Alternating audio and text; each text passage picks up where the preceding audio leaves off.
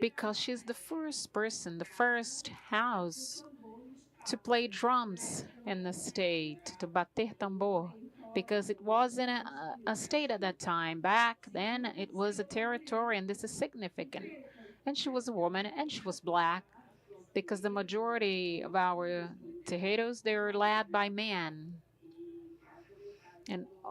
and almost half of them by white men. So it's really significant to give visibility to Mother Dews as this powerful woman, this protagonist, as she says, protagonist, black protagonist. But Mother Dews is a politic reference, not only because she was the first, but she was also the first to organize a political collective in the Terreiro, and off Terreiro. She was the first feather in the federation, right? So she was the first political organization of the Terreiro people, the Terreiro community in the state. So she has this protagonism when it comes to political organization of the Afro-religious community in the state. And she said, she was a mother of all of them.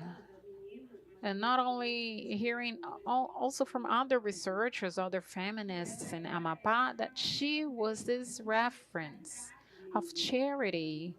I don't like charity, I don't like this word. But, anyways, she was this reference of welcoming. I think welcoming is better, of the people. So Mother Dulce would people would go to their house to eat, to ask for food, to ask for shelter, for care. So she had this, this thing, black woman's thing of welcoming people, which is pretty common with Mães de Santo, Afro Brazilian priestesses. That's why I started to work, with chose to work with her. And the research project was really simple because I didn't get to know her in person. Because when Mandulce died, I was studying my master course. I was doing my master course, and I arrived in this Tejedo movement, and I came across her because I heard about her, and I started to research on her. And Mãe Socorro and Mãe Jagarema were there.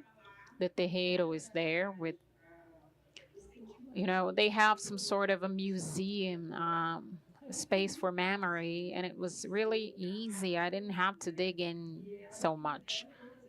They gave me all the information I needed, so it was really fine, really okay, really smooth.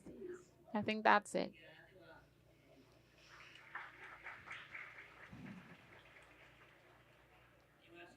I thank you. I think it's a feature of this panel because we are so close to Mães de Santo.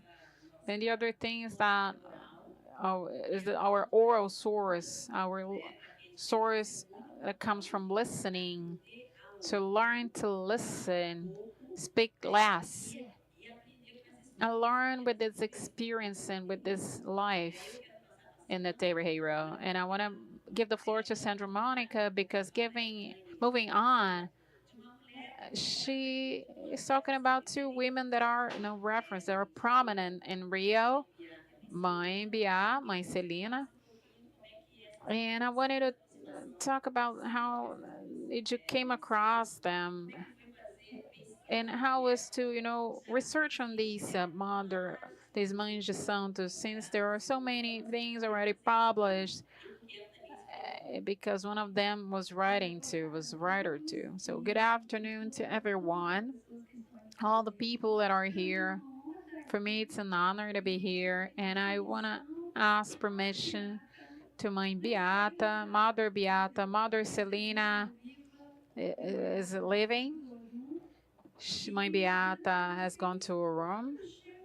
And how do I arrive here for with the story of these two women because I don't belong to any Afro religion, Afro Brazilian religion, but my spirit has always enjoyed to look at this religious place as a political place, as a place where we can constitute ourselves as an integral subject.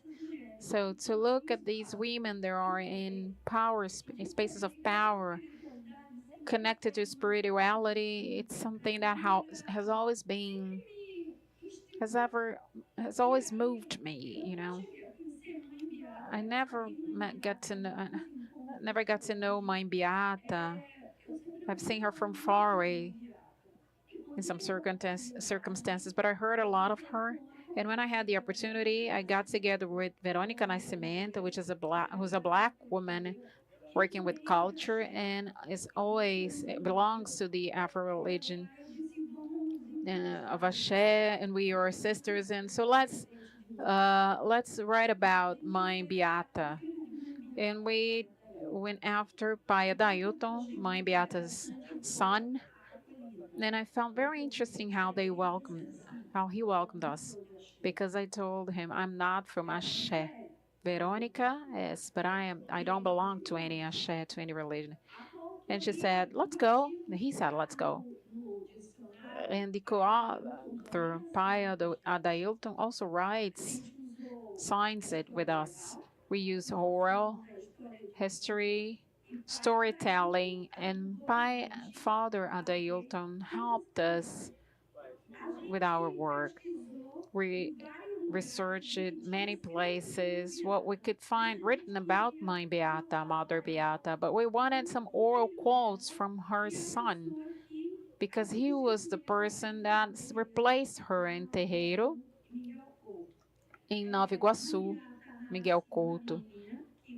Mãe Beata was born a little girl. She was on the river, on the side of the river, washing clothes, and she was born midday, and she runs, and this blood was, mixing up with the water. She was born. She had a condition in her neck. She a lady that was a Wi-Fi helped Dona Maria do Carmo, Beata's mother, and started to put some leaves around the baby's neck so that she would, be cured. And she says, your daughter will be a very wise woman, a very, very wise woman. Her father was Catholic. Beata was born in Cachoeira do Paraguaçu, in Bahia, Recôncavo Baiano, in 1931. I was wondering, Beata, since she had a mother belonging to Candomblé and Umbanda and a Catholic father, she was uh, tra- transited from one world to another. She was, in these two worlds. She was coming from one and going to another, and her father didn't want her to go to the Candomblé reunions.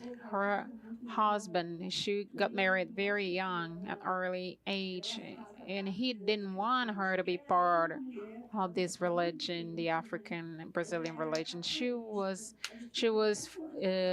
dancing, fighting capoeira. She studied until the fourth grade, and she liked to read. And she was married so young. Many things were told to women at that time, 1945. Many people said that women were forbidden to do a lot of things, and she started. My Beata started to come up with her strategies and tactics to overcome all these limitations and barriers. She married young with four. She had 4 kids, and the father and husband allowed her somehow to be part of the cults, the religion reunions. She was initiated by Mother Olga de Alaqueto. It's a great Mãe de Santo in Bahia with a very big, very interesting history.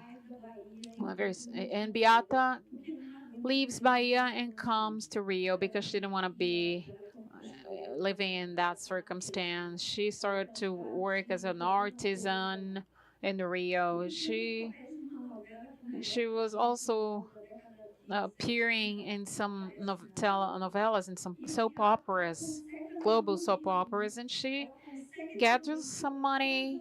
She was supported by her a chef family here in Rio. She organizes herself, goes back to Bahia to get her kids and bring them to Rio. She was already divorced, so she lived in several neighborhoods. And Mother Beata,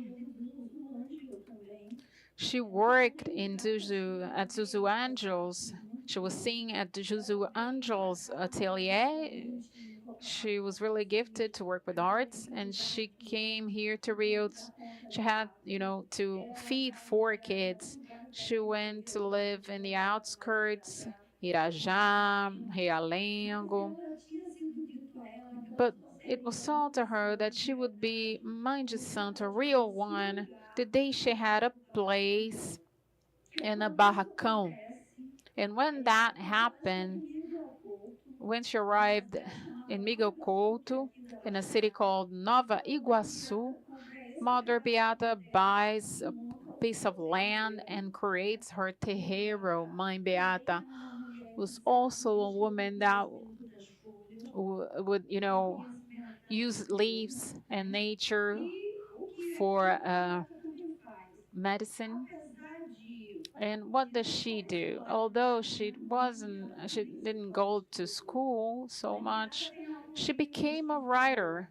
Even when she was, you know, she has a Caroço de Dendê, a book about the terreiros. My stories told by my grandmother that my grandmother used to tell. And she also wrote a book called The Health of the Black Women. Her biography was written by Adolfo Costa. She was awarded so many prizes, like cultural personality prizes, awards related to human rights. It was a samba school paid a tribute to her in Nova Iguaçu. She was a militant, and she had a huge political knowledge. So before she wake up, before he wake up, Adailton would used to tell that she had already read all the newspapers and seen all the news and TV because she was so connected to what was going on in the world. And she used to say that Mãe de Santo should not only worry about the orishas, but she should also take care of her people.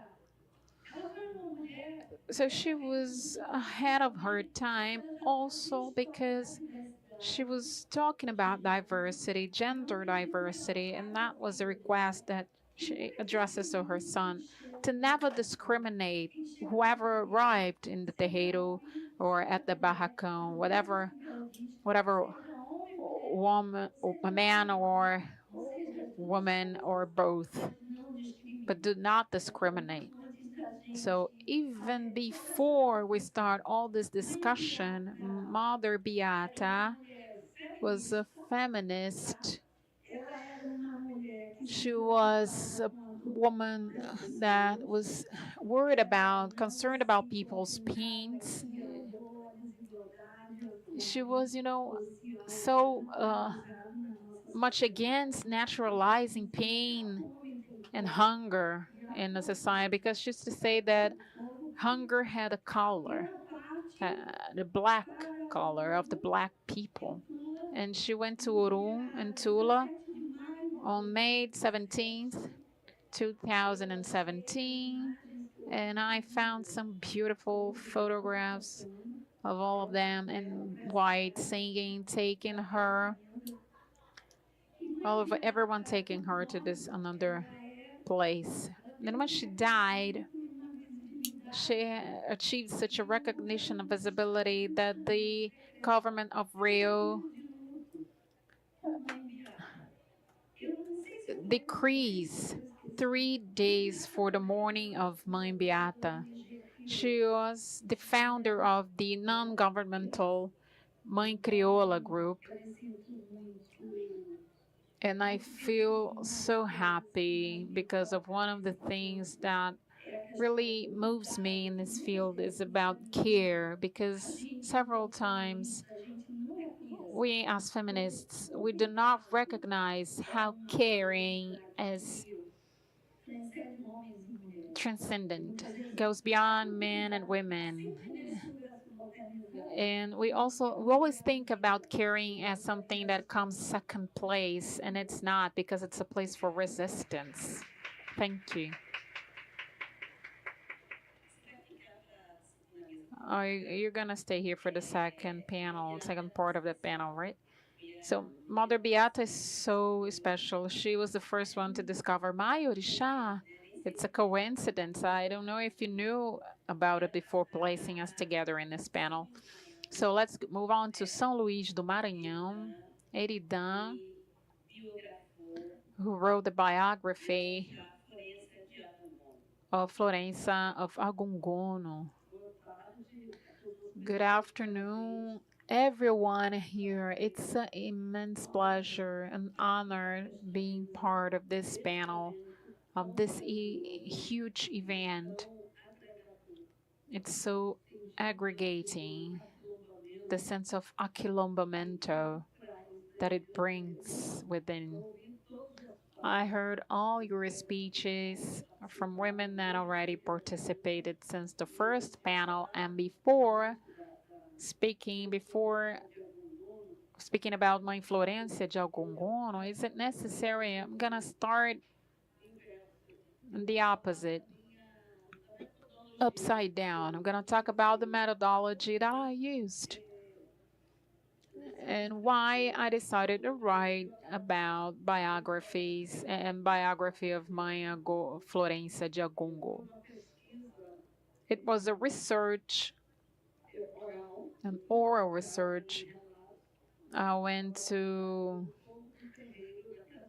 oral speeches, oral quotes of Povo do Terreiro at Quilombo Liberdade and Liberdade territory in Fé em Deus neighborhood where I live. I always lived. And what we can observe is that many people, especially women and Mulheres de Santo, even women of saint, when they leave, they stay in the memory of people for a while, but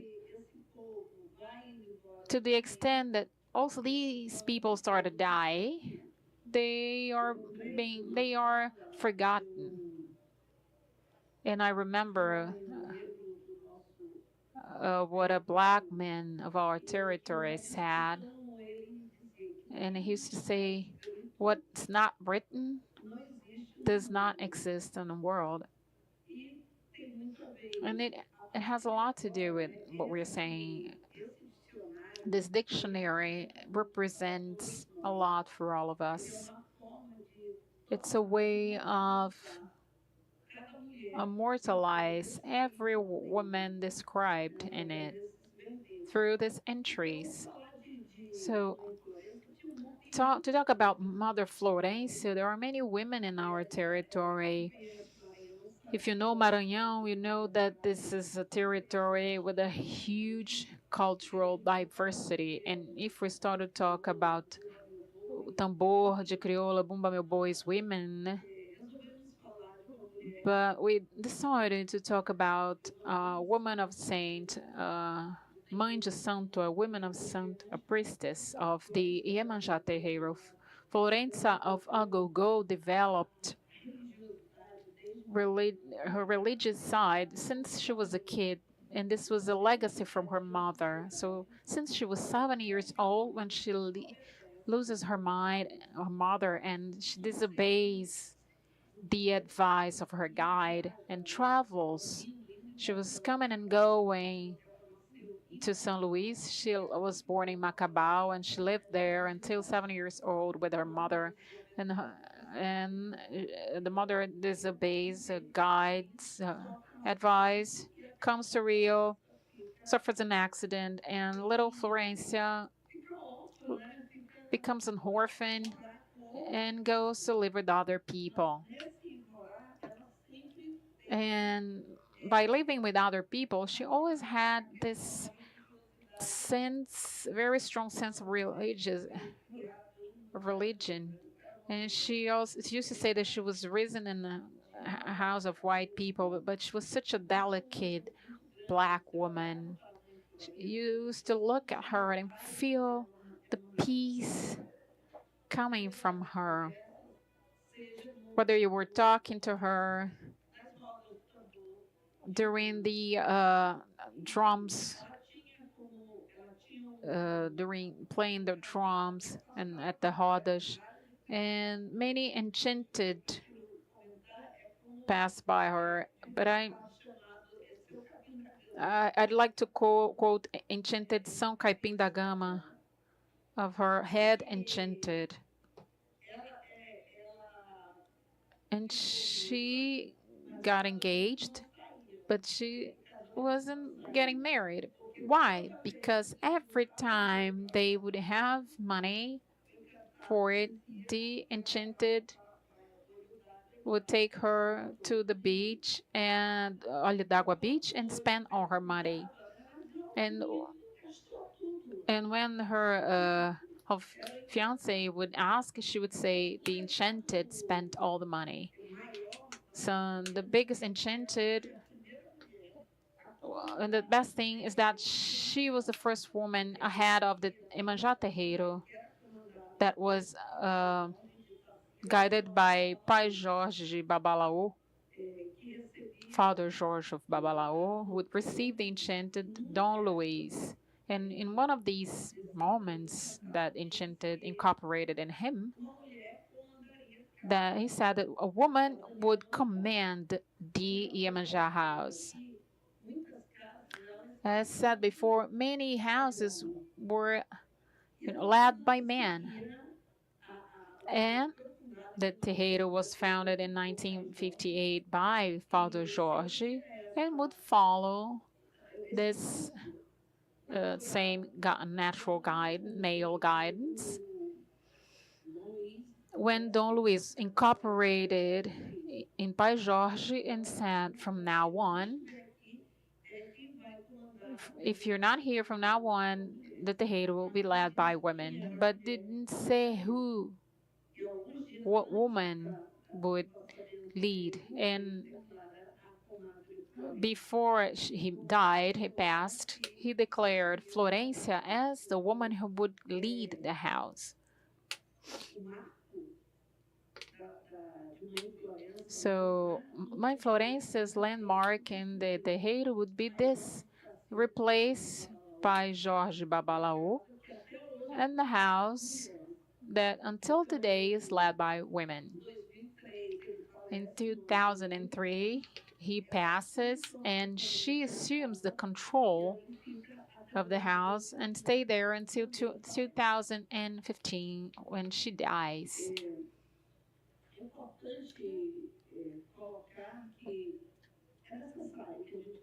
And it's necessary for us to tell this story, many stories, many women that would never fit just one book.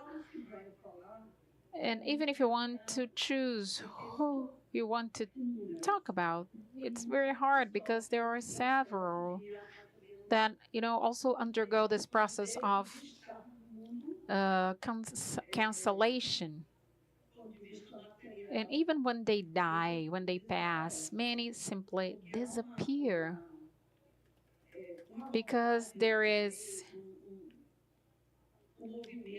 a movement of erasing, of erasure. Me and Thais, we wrote about Bumba Meu Bois women, and we talked about a woman that nowadays nobody knows about or talks about, who's Terezinha Jansi, who led the boy for over 30 years and transformed the boy with the Zabumba accent. But since we're not talking about this, I want to say that we participated at this and we achieved it, because nowadays we almost don't say about Terezinha Jansi, although she achieved so many things. So it's important for us to every one of us to have this responsibility to pass on this legacy left by Black women, women who or really who were important to their communities and to their times. Thank you. It's I don't know if you noticed, Monica was talking about Florença de Iemanjá and also Mother Sandeli de Oxum, Mother Sandeli de Xangô, and we have Maria of Ogum, Yansan. So the Iabás are commending our panel. So Axé. Now let's talk about Mother Ovinina Fola, that has written the biography of Sandra Lee de Oxum. I go to all of you and I ask the permission to talk in this wonderful panel, this beautiful panel. Thank you very much. Thank you for the invitation. When I was invited and instigated to write this entry, I think that we really get emotional because it was really to seal this relationship that I have with Sandra Lee, that is not only a mother of Orisha, but it's a friend of mine. And I was an activist in the National League of Afro Religions since 2007 when I lived in Rio. I still lived in Rio. And I hadn't finished my work. And when I started thinking about entering the academy, my orishas would say always that a person always involved as an activist should write about the women in the terreiros. So I went to the University of Rio Grande do Sul in 2012, and since then I've been trying to establish some parallels of our culture inside the academy. So when I made my conclusion work, monography, in Rio Grande do Sul, I discovered that we had another tradition that was called Batuque, with a lot of similarities with the Candomblé, even having another origin, another traditional form of existing. Batuque is a very strong instrument for us Black, and to say that we resist. But a lot of people don't know the culture, the tradition, and the permanence of the Black existence in the state of Rio Grande do Sul. But as incredible as it seems, we have many things to celebrate. The November 20th is a celebration date that starts there in the southern part. So in this research project, I understand that the formation of the council is led and promoted by women. So I started researching women, and Sandra Lee is one of them. So in my interview with her for the monography, I told her that she should write a book, that she was a philosopher, and I think that this has awakened something impressive on her. So we ourselves to look to each other and to strengthen each other. And Sandra Lee has written a book, The Right to Be As I Am. And really, she is a philosopher. She's a psychologist, mother of Winnie Bueno and Ayana Bueno, a woman that is very well known nationally. And she worked a long time. She's retired now. She was a psychologist in the FEBEM, the Foundation for the Minors. and has always worked with the issue of violence for children and adolescents. She has been a politician, and she has a political activism, which is very serious. So when we were invited to write this entry, and I told her about that, she said, write about authority, civilizatory authority of the African in heritage. So I wrote inspired by her texts. This is a collective book. And also, she called more than 20 women to talk to her, to write about her and with her. So the entry is based on this idea of bringing this concept of her as a philosopher, when saying that we have to bring our sources of philosophical basis. That is the foundation of this research. And she has been gathering text of Sandra Lee together with her history, her background, and what can we understand about her. Because when I listen the other presentations, I understand this, that they are civilizatory authorities of the Brazilian, Afro-Brazilian religions. And it's a never-ending source of knowledge and culture, and that's why we are here, proud of what we are. So just to conclude,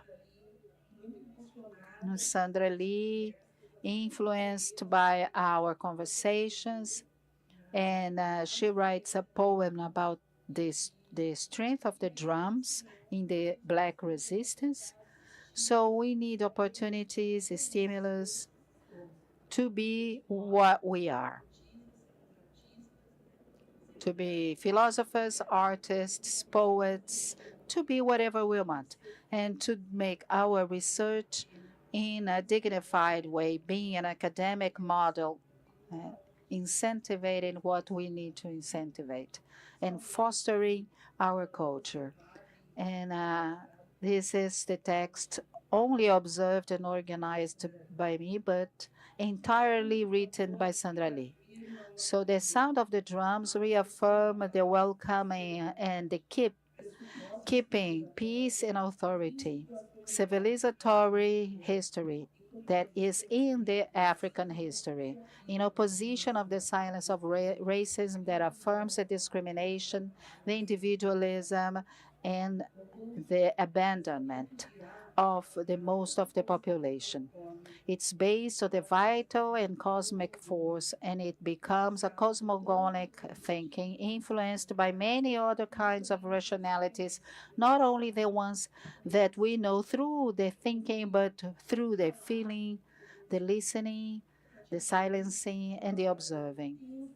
From this point, we elaborate many reflections about knowledges and potentials repressed by this society and sickened by these colonial consequences, and searching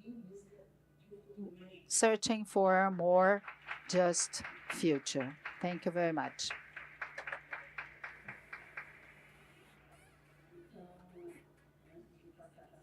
So before we pass to the second part of our panel, I think it's very important to know the stories of our Mother of Saints, because yes, we have this technology of life.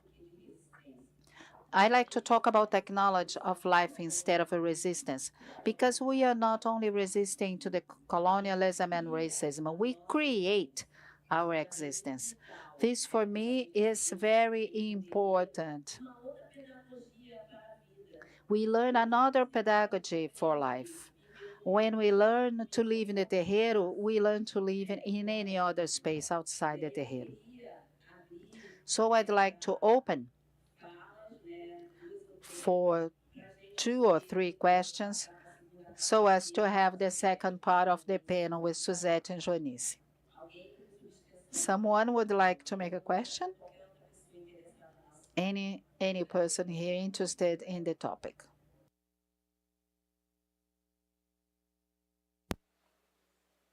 Falar da sua mãe de santo. To talk about your mother. Who is going to bring the microphone? I'm going to bring the microphone.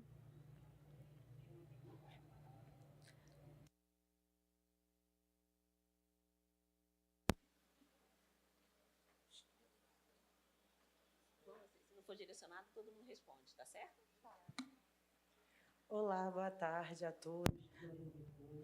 Good afternoon, everyone. My name is Sarapita. I'm a Mialorixá of Oiá, of Rio. I'm 33 years old. I'm also in the academy, but I research more in the area of collective health and pharmacy. So I'd like to thank you all for this presence and energy, because for us that are chosen by the Orixá, for us to manage to conciliate our lives outside and our lives in the terreiro is a great challenge. And sometimes we feel disconnected, as if we were a mistake. How a mother of saint outside the terreiro is researching other things that is not the Orixá. But it's what our colleagues said. We have our look for the technology of life. And when we decide to leave the terreiro and to make research as a formal research that the academy requires from us with all the structure and to create evidences about what is ours, I think that when you bring this discussion to the collective is really a strength that I feel. I'm really moved, but I couldn't lack saying how much this panel has strengthened me to continue my path in the terreiro and outside of it. Let's hope that this is a possibility of change. And when we think that we don't exist anymore, we are going really to germinate anywhere.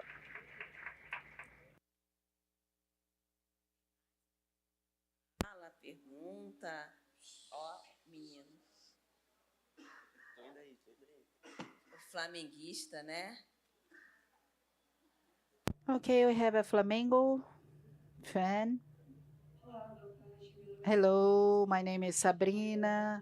I study history at PUC Rio. I just would like to thank you for your presentations. You really incentivized me because I'm doing a research on religious racism, and your presentations contributed a lot. So I'm from the Baixada Fluminense, and we observe for many years this erasing of these terreiros.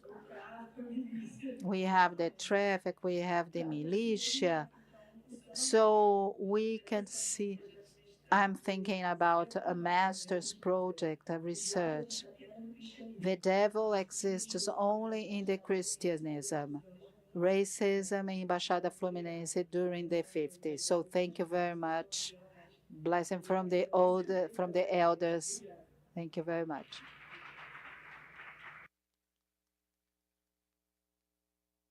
Boa tarde, eu sou Rose Brasil. I'm Rose Brasil. I'm from the Universidade das Quebradas. And I take part in this process here at FLUP. And I'd like to comment about the biographer of Mãe Diata, Mother Diata, that brings such an important thing. That's how the terreiro and the Mother of Saints see the diversity.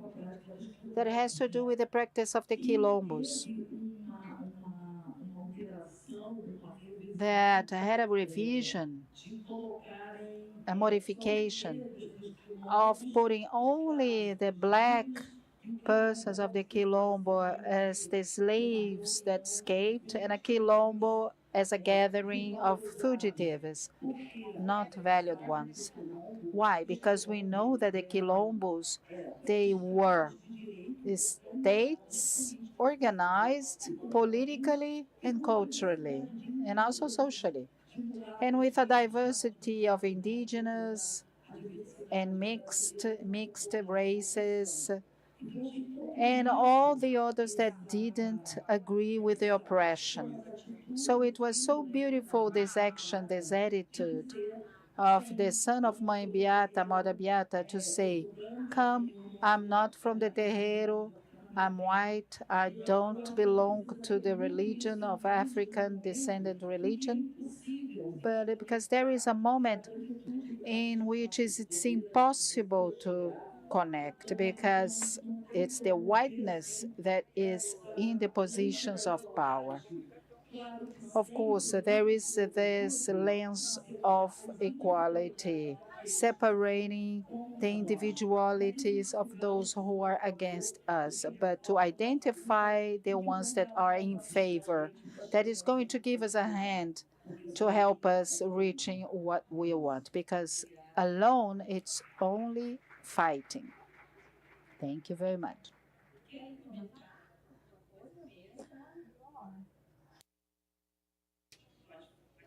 I Now we do our comments and we finish, and then we call for the second part of the panel.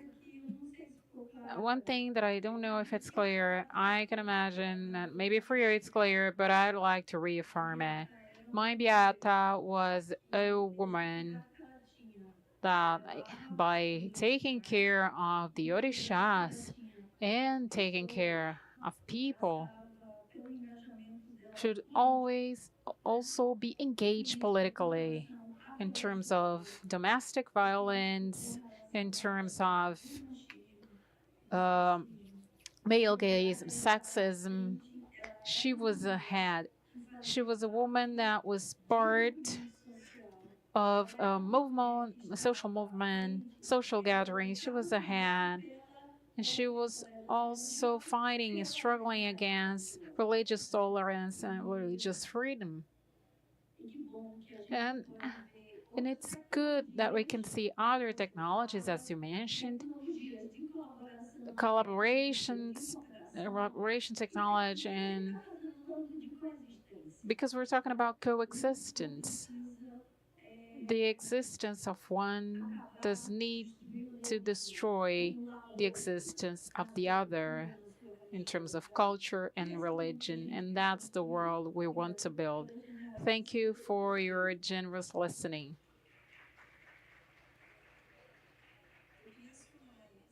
I'd like to add up to this. Sandra, me, and we're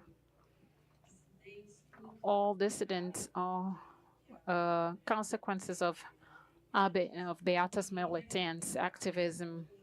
I want to highlight how important it is to talk about diversity of places, places where we belong as women, not, you know, not really highlighting and praising the academic status, but say that we're there and not being captured by any place where they want to put us or to place us. We have Beatas that studied until the fourth grade. She had difficulties, limitations. She had another trajectory, but the struggle, the fight is the same against and being feminist, left wing, and all the fights that we have against vulnerabilities that the Black community live. It's a collective fight for women and men and all the populations that need social justice and equity. That's it. Thank you.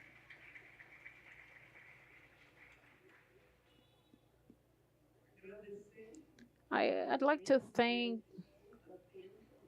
thank you for being here and listening, attentive to us, and say that we have a mission that is to simulate an incentive and to do when we have to do, take actions, and register these people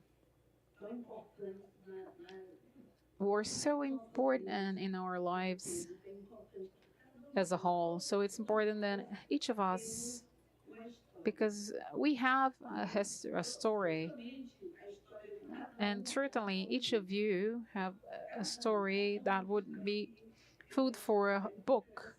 We could write a book because you have your own history, your own stories to tell. And sometimes we silence ourselves because this is the order and this is the way things go, things are. We don't have voice and we don't have a chance, but we have to, overcome this, break this barrier. So every time it will be necessary for us to be these insurgent voices. Every time they try to silence us, they try to make us shut down.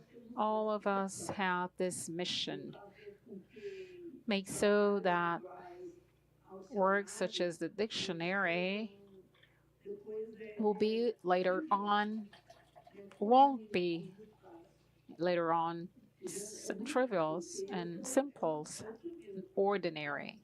This is a first step that was only possible because we counted on the effort of Black women determined, searching for, looking for giving voice to people who are usually silenced. Because we all have voices, but many of our voices are silenced. And in a very, let's say, how would I say that? No, not systematic, but all right. You understood it. You got it right. Because the other tries to shut us up, shut up our voices, so it is necessary for us to overcome these status, this order, non-natural order of things. Thank you.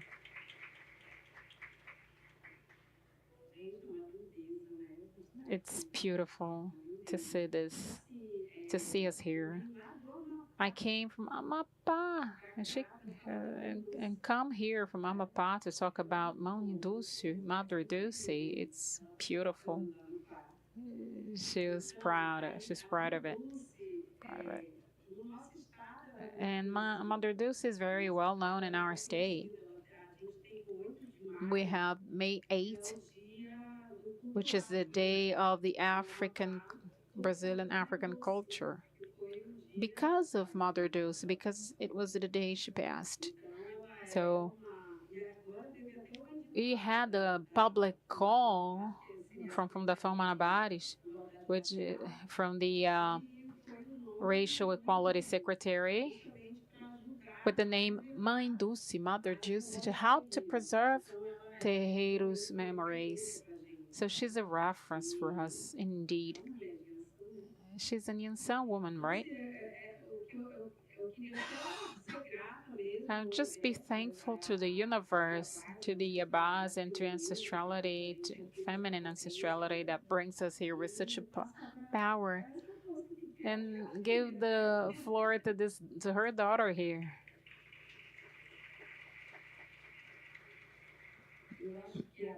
I think that I'm gonna, feel so emotional now because I was, quiet here.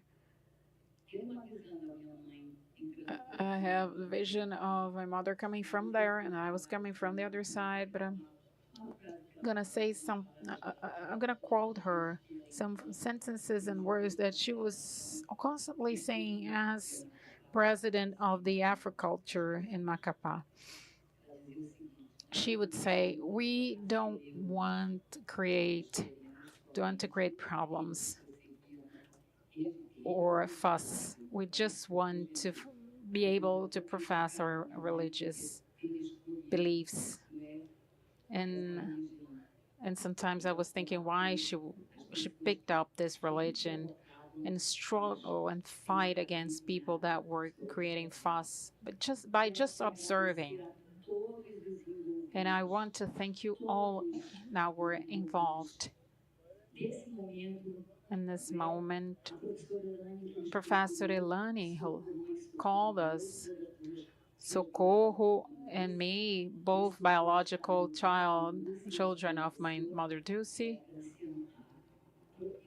And there is a grandchild, my grandchild there, my daughter that is there, who is here to see how the tribute you were paying to her grandmother. And when Dulce called, saying, "Oh my God, I didn't want to believe it." And the best thing is my sun rising when we were at the hotel with other colleagues, all reunited from all the states of the world or the country, and it was really amazing that my father Ogun with the shield will defend you for all evil and protect you. Ashe.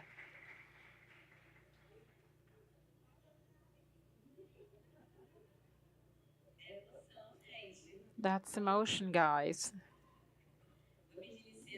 I'm gonna ask for permission to Maria Eridan. Sandra, you remain. Cláudia Eunice Conceição, Cláudia Peclati, and Suzette. Suzette, I don't know how to say your name. Nima, de Paiva Nima.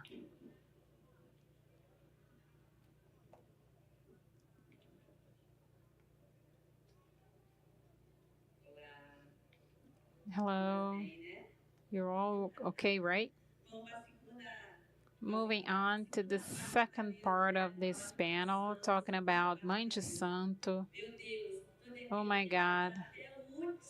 I have to be there to handle until the last saint goes away. That's our mission. I'll start with you because Sandra has already spoken in the first round. I'll start by Suzette. I would like you to elaborate about, this encounter with the woman you're writing about, the relationship with her, with this Mãe de Santo that you wrote about. I just gonna remember her name, Yalorixá Vitória, where she's from, and where did you get the sources? How you managed to talk to her? Because I know that's the oral sources in the end. So good afternoon, everyone.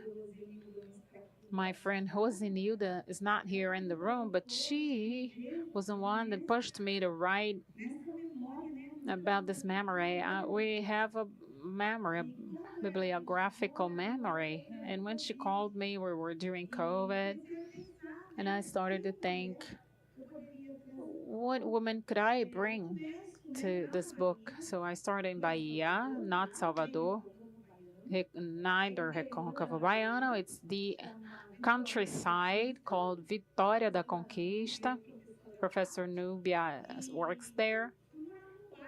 And I went to a neighborhood. The first thing when I arrived in the place, I want to get to know people, or the people living there, how the neighborhood started, because I'm not part of the Afro Brazilian religion. And I had Dona Leonilda, a neighbor, and with 80 years old, I was seeing her, I didn't know her.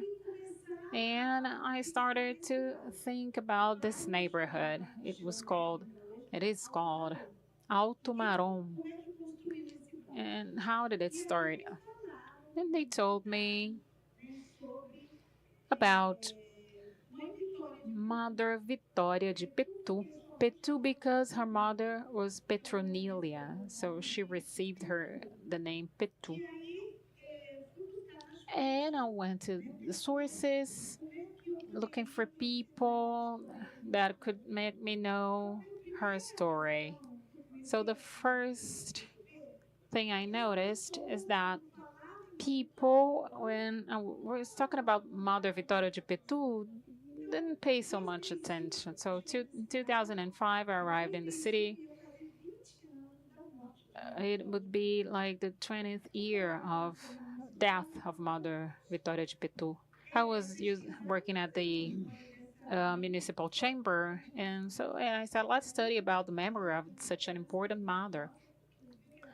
And then the deputies, they said they didn't want to pay any tribute to a macumbeira, so I started to find this prejudice, and I went to ask help to a professor, Eleusa Camas. She's dead already. She passed. We can make an exhibition in the cultural center, and we could, you know, get pictures, try to find the relatives and see if these relatives had any documentation. And we started to make research, and I said, let's create a capoeira group of girls, and let's use the name Vitória de Pitu. And we started to do all of this, go to capoeira, play capoeira de Angola, Angola's capoeira, because this helps this recovery of documentation. And I found out there was a school named Vitória de Petu. So I started to think of who created this school, who created the decree that created the school. And I then arrived to the relatives. Her sister was my neighbor, and her nephew, niece, they were. She was a professor, and she was a teacher at this school. And Adelia started to tell me who was her aunt and make me meet people that knew her aunt. And there was this old man that worked with Vitória de Pitu, and he still had a house. I went to his house to visit him. There was a party going on. I entered the house to meet Mr. Francisco, Francisquinho, little Francisco, and he told me about what Vitória de Vitu was doing, because during the 40s and 50s, we didn't have these public policies that today many of us have access to. And Mother Vitória de Pitu started to adopt. She was young. When she was 19 years old, she was working at a doctor's house. She had a condition, a sickness, and the doctor sent her to Ilhéus in a plane. And in Ilhéus, she had her first experience with her mystic. And when she was 19 years old in Ilhéus, she found a Tupinambá caboclo, where they had an indigenous community called Tupinambá. And then she came back to Vitória da Conquista. And one day, in a crossroad in Vitória da Conquista, she received another caboclo, another entity, caboclo. And when she woke up from that incorporation, she was in a house. And she started from that moment on. And Vitória de Pitu married. She didn't have kids. Her mother had 4 kids and adopted 5, and then adopted other 18. So her house, you know, she would welcome people. She was a deliverer. And many children that I met were born during the period when Vitória de Petu was deliverer, a parteira in this city. And her terreiro was really received a lot of people, and her mission was taking care of children. And now we talk about mental health, so taking care of people with mental issues and people that didn't have shelter. There was no place to live. So it was a shelter. So she started to focus, because there was no social assistance as we have right now, the profession. But then it was her house where people would go. And I found out that the mayor.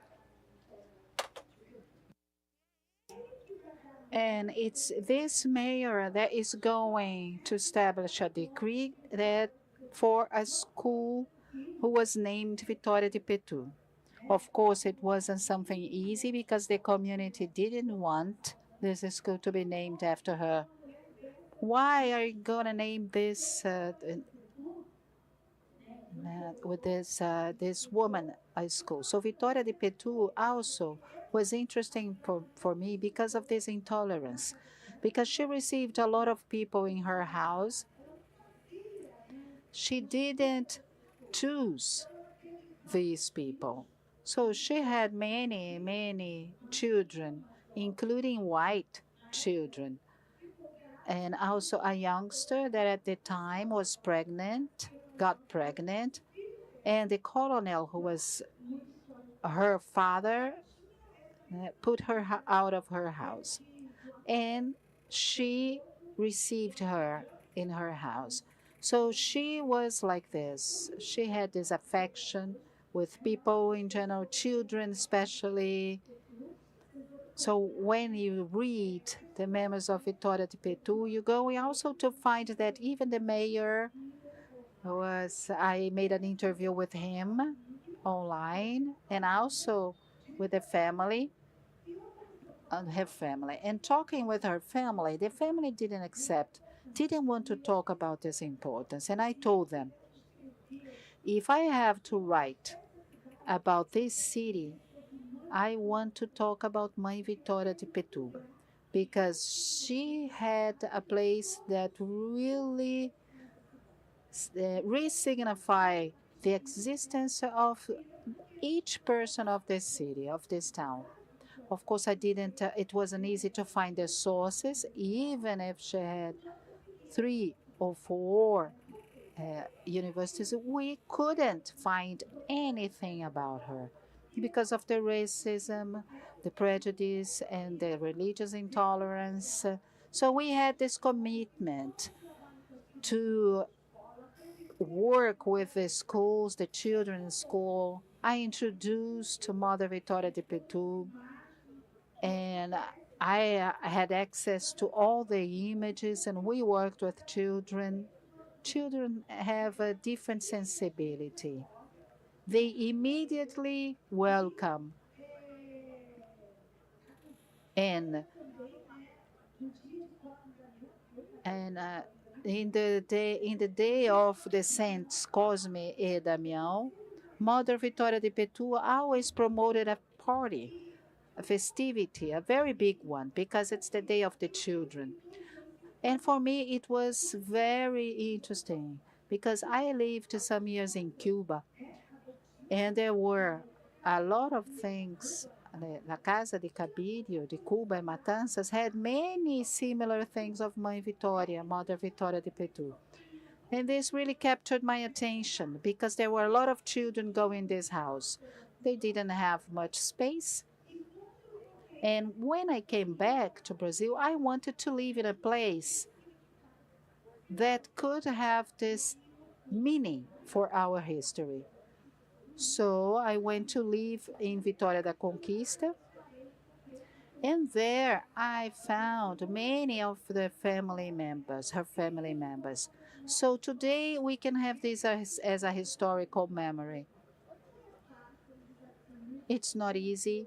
It's a challenge. I'm very happy to be in this panel because we are talking about our identity. Because all of us, Black people, we pass through this process of rebuilding our identity. The history and the historians, they know a lot. That this is not the history that we live. So, also being here in this literary festival, it's the place of the periphery. And that's where we are going to discover and giving a new meaning to our lives and the responsibility to bring the history of the ones that were silenced. But the history is there, and we can tell and retell for the new generations. And so this call and the hearing of this community has incentivized me to write. I also visited during the 80s the house of Mother Beata, She was our great inspiration in our activism with responsibility. So we have to cultivate the affections and also to bring to our memory the importance of these women for our history, the religious ones that retold and protected our history in our culture. We talk about intolerance. During the 40s, the terreiros also were persecuted. And these mothers were very assertive. They used to open their houses to the LGBTQA plus community and also the prostitutes. They always had place in their houses. So it's very meaningful, the moment of our history that cross with the history of the African continent, that cross with Benin, and also that crosses with the Cubans and Botu from Haiti, that we don't talk very much, but these histories are in our daily lives and in our history. Thank you very much.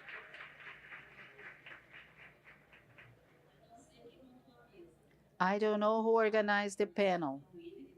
I was born in São Luís. I'm from Rio and live in Vitória da Conquista.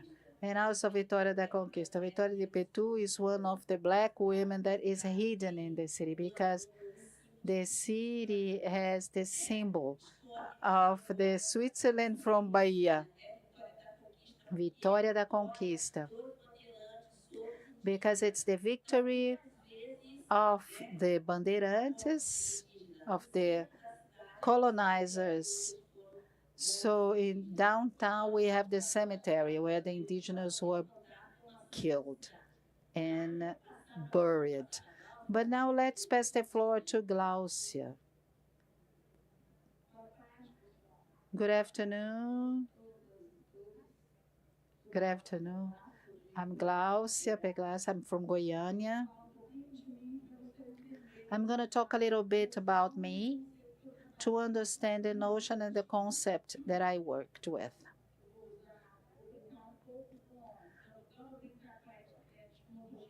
I like to play with the word, so I used the aranto to work with the concept of Mother of Agutinha. I'm Glaucia from Goiás. I worked in the city of Goiânia for 10 years as a professor in the history course, and in the city of Goiânia, I met, besides the students, many people who were sympathizers to the candomblé, but that didn't assume candomblé for historical reasons.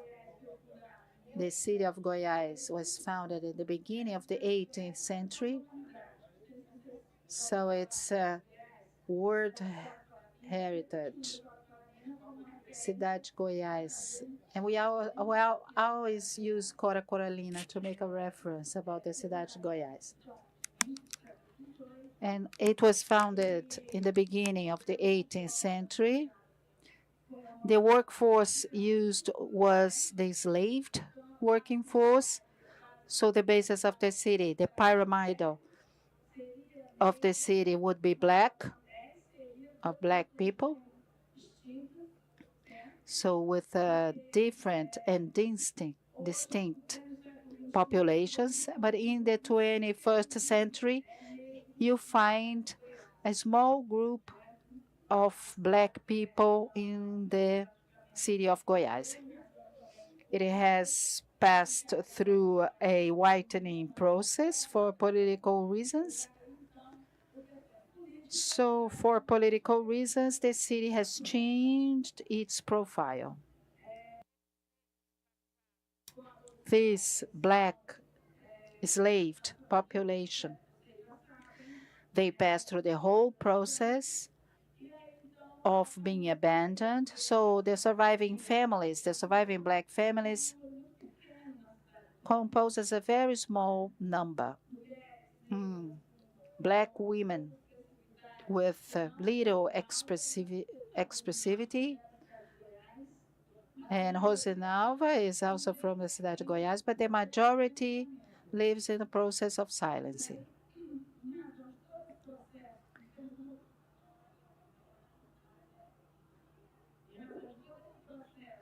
Due to this historical process that I'm talking about,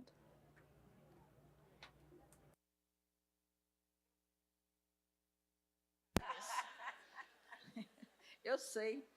Então, em razão de todo esse processo, due to this historical process, we are going to have this struggle of the candomblé in the city of Goiás.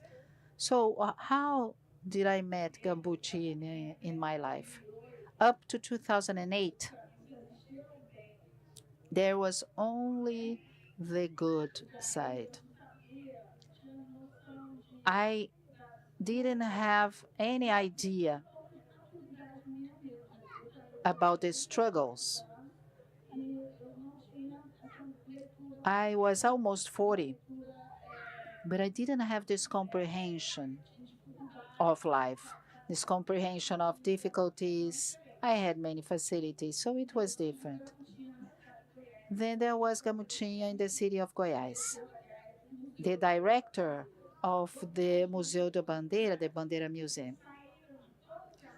So we had, after she arrived, we had from all the houses, we saw men and women from different houses making a line there to play búzios with her.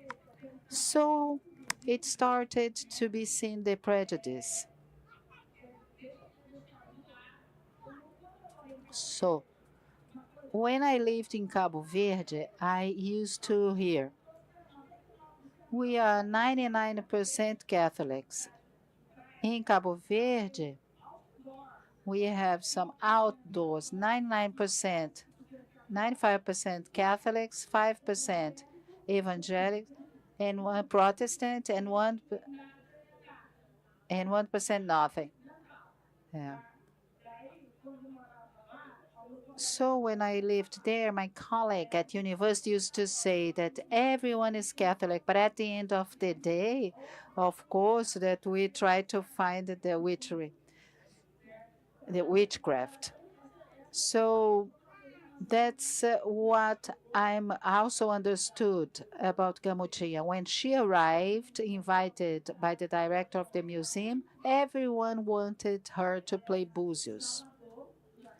She was born in Salvador.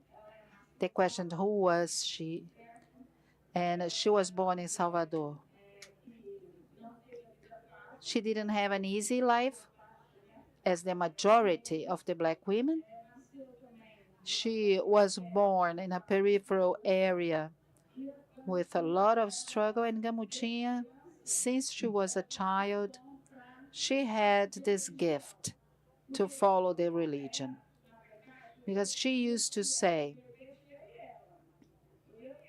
and who wrote this entry was Gamutinha and me. We both wrote. And she tells that when she was born, you know, the woman that was helping her to be born said that she was going to be a mother of saint. And then she starts to leave, she starts to work with it, and she left Salvador and went to Goiânia. And there she started to create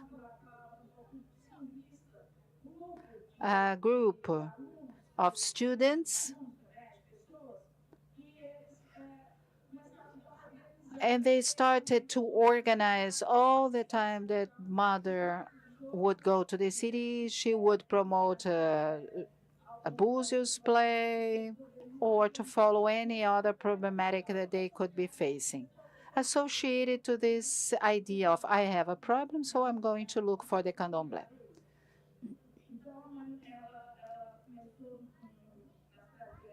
So she started working there with this role, but afterwards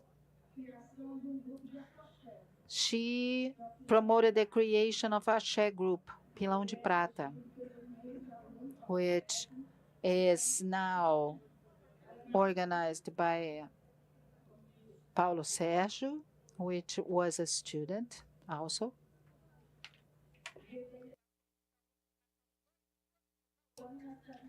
So she started going twice a year to Goiânia to work with them. In the Pilão de Prata, they have all the obligations to be made. After that, since a cidade de Goiás is a touristic city, many people go there. So I started working with the concept of Aranto, which is the mother of thousands. This concept that I adopted to work with the entry was a game that I made that working with etymology was to show how much she influenced in the city of Goiás, the candomblé. From 2011, the number of candomblé followers increased. So they left Goiás and went to Salvador. And I went there to see her and to take care of the obligation. So I worked with this notion of Aruntun, the mother of thousands, exactly to show how much the candomblé starts to influence a lot of people. And one of the responsible for this is Mother Gamutin, of course, not disconsidering, disregarding the others that were also working in the city. Sorry. And that's it. Thank you.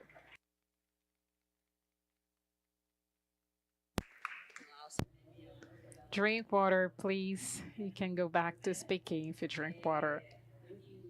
Right? So it's Gamutin is very interesting because I like to think about the idea of women who, because they are anonymous, they sort of with a social group in the city.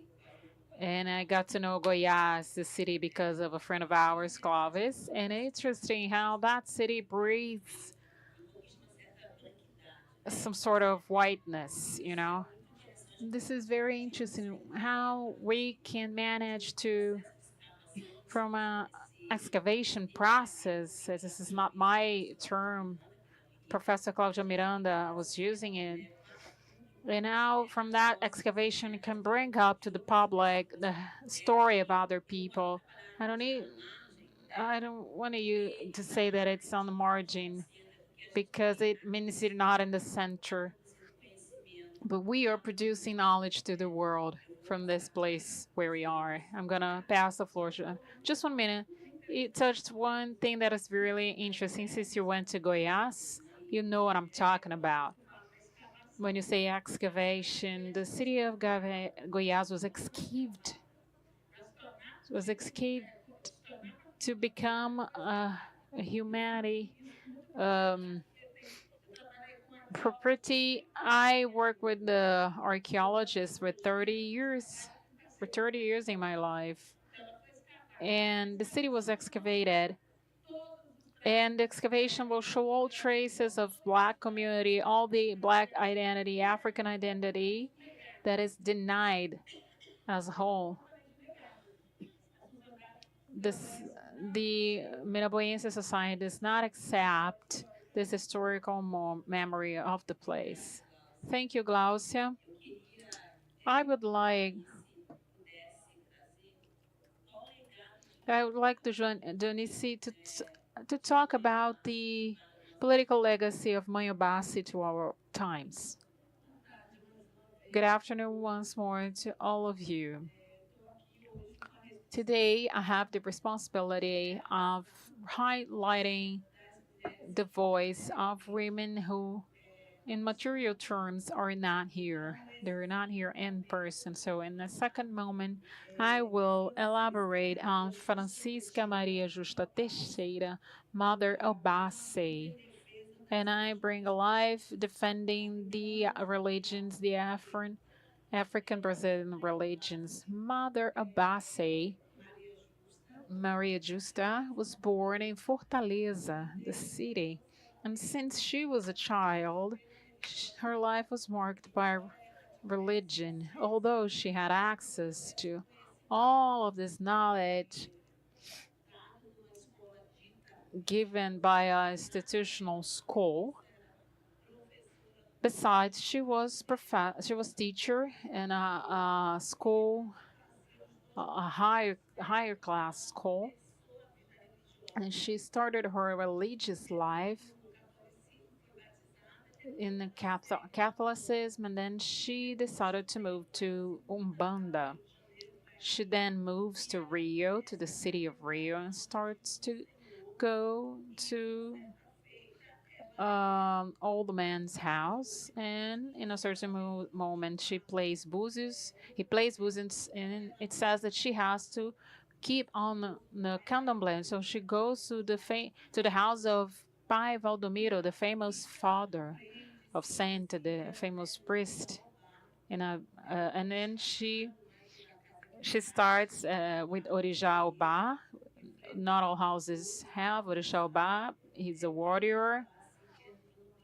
Who of you are from Candomblé? You know that this is a very resilient and resistant Orixá, a warrior, and has a place of protagonism when it comes to war. Beyond, we have other Orixás that fight as well. And she carries a sword.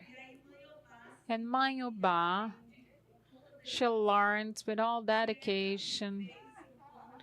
And sometimes she would return to Fortaleza and start to become famous in terms of religion in the city.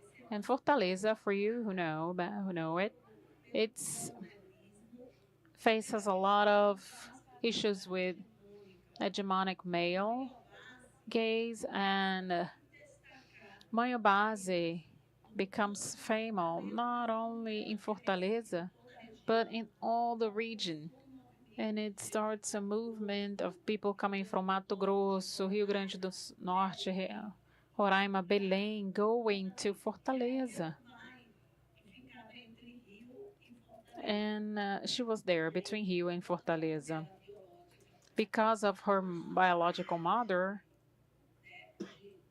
and because her biological mother was sick, she decided to move definitely to Fortaleza. And then all her adventure of Mãe Obase starts. She has a prominent place in the city. She has this place of power. She dominated the writing codes, the hegemonic writing codes, and she was, in the political space, in the Black movement. And she also worked as Uabo. And she starts to change the religious scenario of the city, because if you know Fortaleza, if you know religion, the religious field, you have many influences, Umbanda and others. And Mother Obase started the segmentation, because these religions were all together. And you start with new religious elements like Bahia, because she was initiated in the White House of a Baiana father. And she started to take many people from Bahia to parties to make búzios, and give service to these people. And she receives a malá de Xangô on Mondays. And she starts to insert liturgic elements that are from this cult. And Fortaleza lacked them. And this started to create a fuss among Pais de Santo, priests, Afro-Brazilian priests, since Mães de Santo didn't have and still don't have visibility.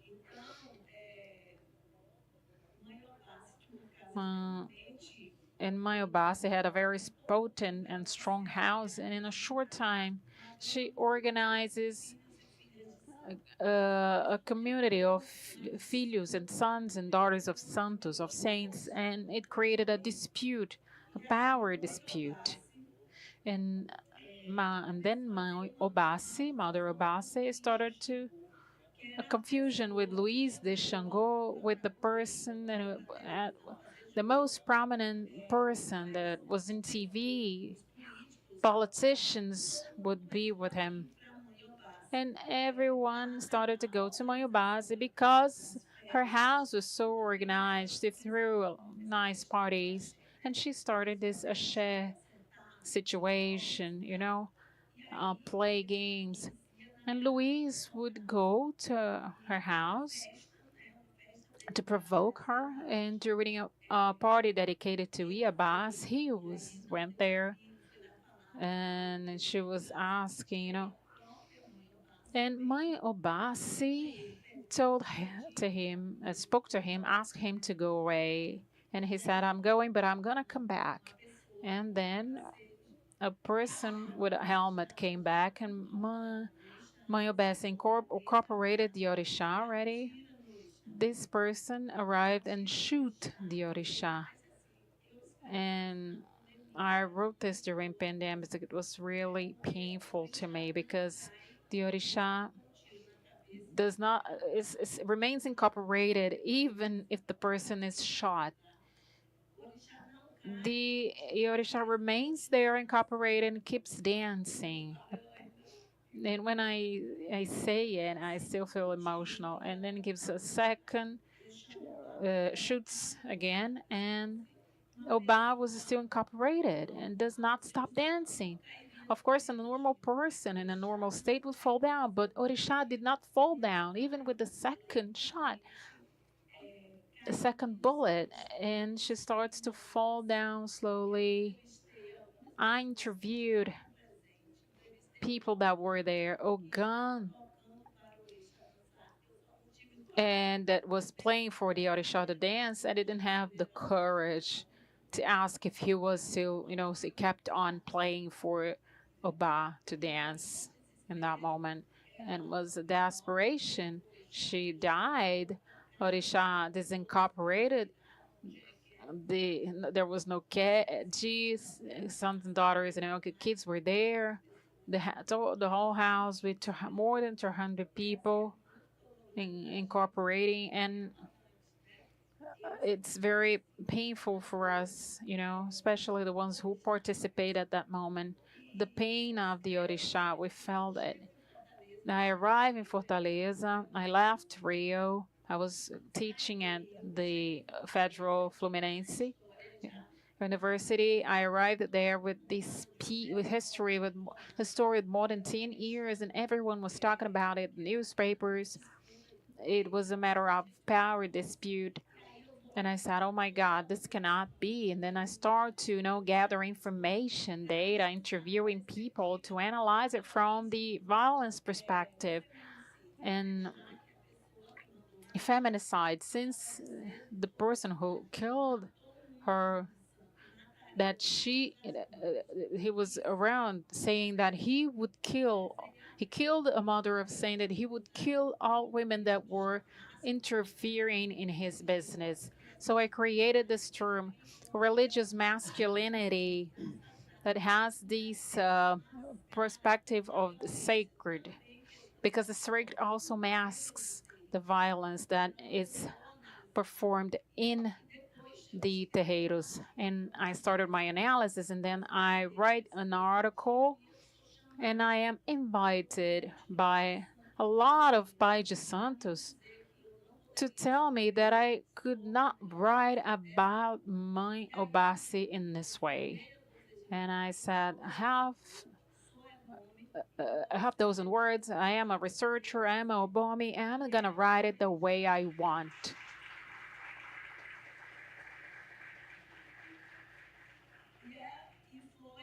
And this was an act of bravery, of courage in a sense, because he was intimidating me. And after her filho de santo invited a man to write her biography. So this is really significant, being in Ceará, in a city. I interviewed a mãe de santo, and she simply said a sentence that is the summary of all that happened to Moyobazi. She said, Candomblé in Ceará is a male candomblé.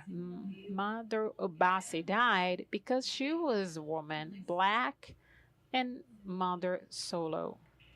And I finish here.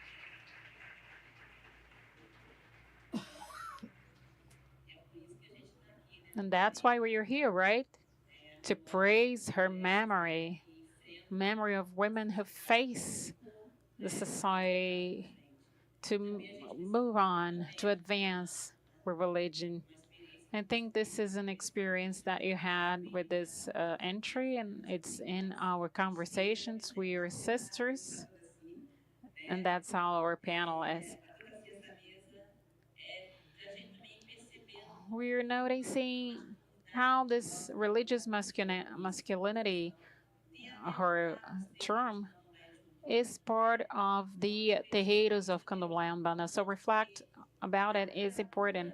In our literature, the classical literature about African religion, Brazilian, women are said to be the ones who are prominent. And I think this is being lost or being diminished somehow, being disregarded.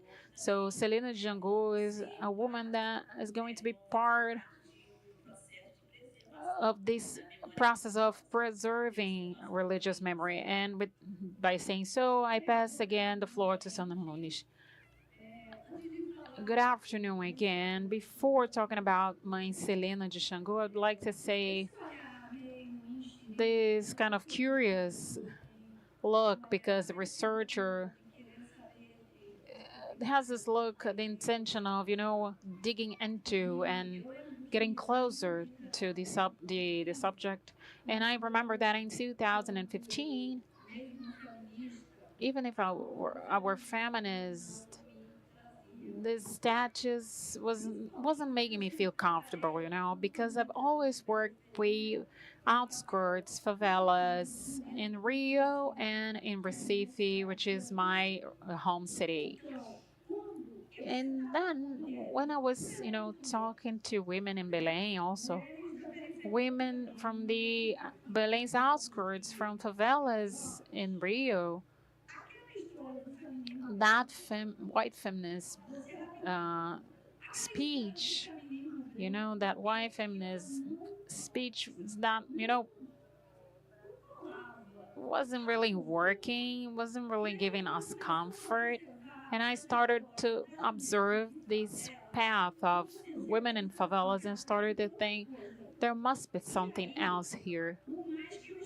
And even though I was studying white authors, they were not giving answers. And nowadays, if I were to research with all of this knowledge about all these black women that are writing, I would have more other perspectives. So talking about this feminist epistemology and black epistemology, and now I'm learning about this African Brazilian epistemology.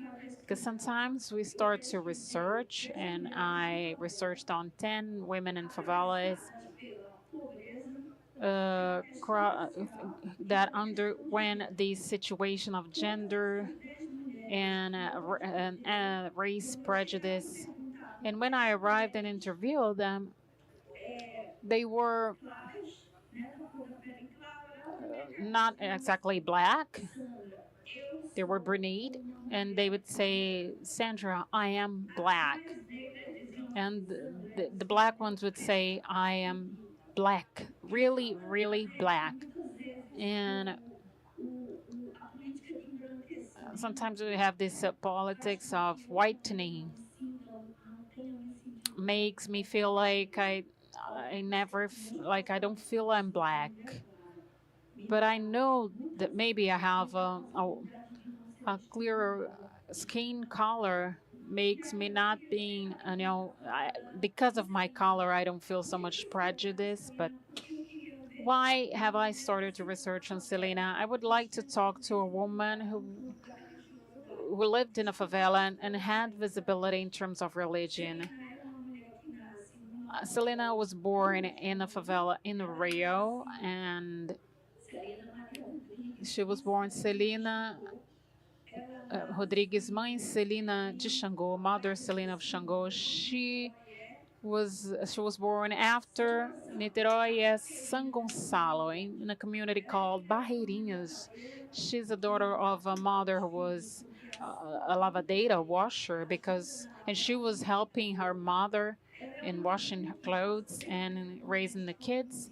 She started to work at houses the age of 11, and at 11 she incorporates an entity for the first time. Her family comes from Banda, and we hear her mother and grandmother. She learned about uh, helping other people. She learned about happiness, sadness, and the bread. She learns about solidarity, and she becomes a very beautiful woman. And she started to work at that radio. It was located in the port zone of Rio, at the bay. And she started to work at Rádio Nacional, former Rádio Nacional, national radio. And she started in Candomblé at the age of 22. And then she's initiated in 1991 in Xangô, to Xangô, and then she started a path that led her to Babalorixá when she was 38 by Sister Jocelina de Xangô, already passed. She has my age, she's turning 68. And when she has this when we had the Olympic Games in Rio, and all these changes that were performed, that were done in the Port Bay, the Bay Area goes through a process of excavation, and that's when we find out about the Cais do Valongo Eixo, and we're talking about excavations. And a great part of the archaeology of people of the Black movement were called to perform identification of the materials and tools and utensils that were excavated in the pier of Valongo. And they excavated one part. Someone indicates Mother Selena of Xangô because she was already taking care of an NGO, and she says the Orisha had taken her to some places and was preparing her to all this trajectory. So I'm gonna finish soon.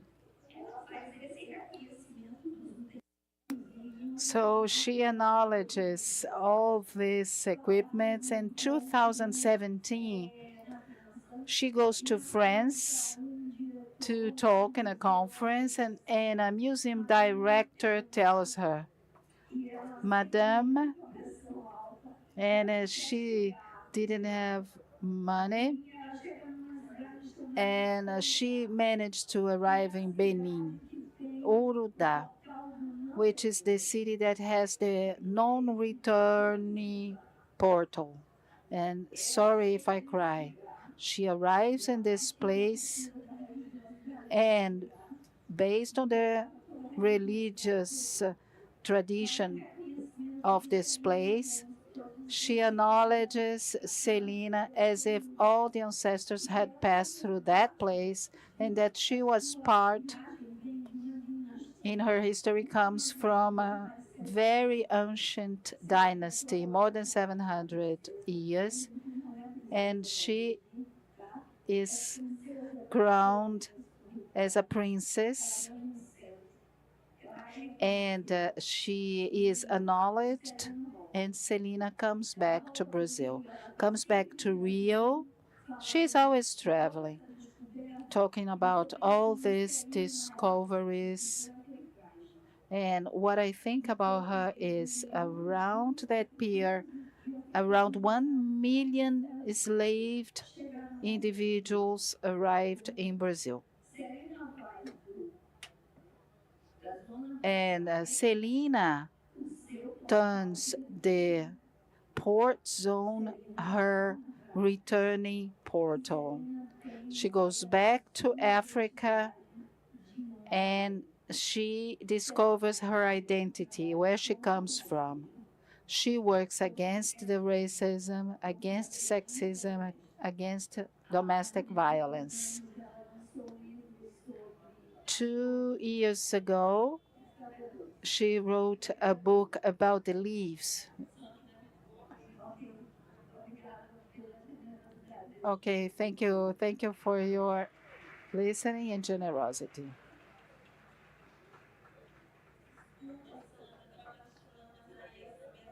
Sorry, Sandra, but the production is here. We don't have time for questions. We cannot have a panel like this without a place for everyone to sit down just for 2 hours. So let's complain. But thank you very much. By the dictionary, we have many different stories.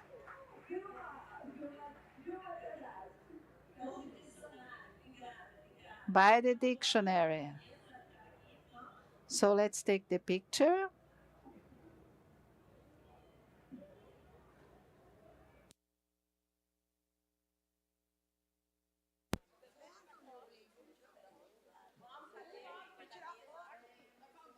Tá faltando gente da mídia.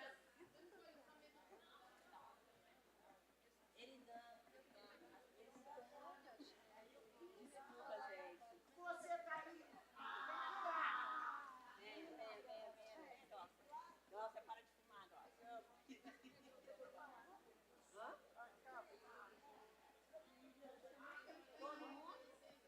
Todo mundo?